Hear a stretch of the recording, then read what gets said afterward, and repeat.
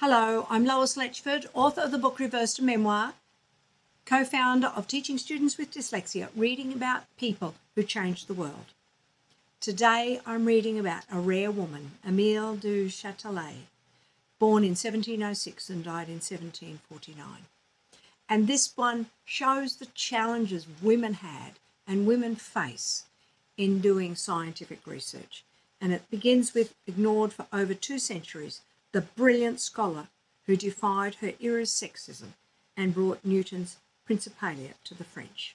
For over 2 centuries, Emilied was treated as the merest footnote in the history of science. She translated Isaac Newton's mighty Principia Mathematics in 1687 into French. It's only relatively recently that they've come to appreciate that, so as far as science was concerned, she was, as it were, the most important member of the partnership. Du Chatlet was born as Gabrielle.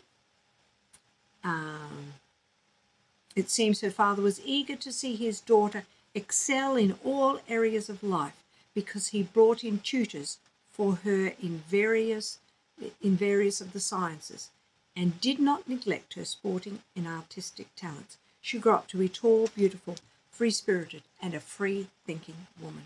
At 18, she gets married off and has children.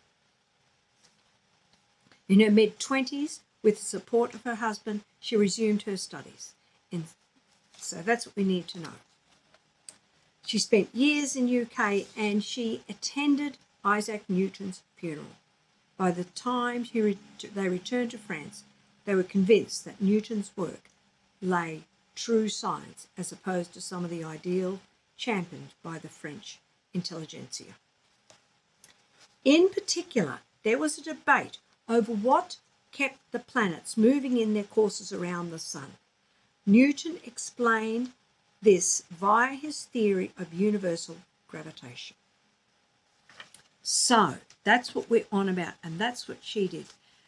She had already written an essay, and in 1737 for a scientific competition. And 1740 she produced her first book, The Institution of Physics, Lessons in Physics, a summary of the latest ideas in the science with contributions of her own. She originally intended it as an aid in teaching her teenage son, but soon realised it had wider applications. So, in the essay, they rebutted points of physics one by one, explaining, in effect, that a woman couldn't be expected to understand science. It's what happens, isn't it? We don't know who first had the idea of translating the Principia, but it must have been obvious to both the husband and the wife that she was the one doing the job. She spent some years on the task, and the later stage was working at breakneck speed, often 17 hours a day. What made matters even more difficult for her was that she was now pregnant with her 4th child.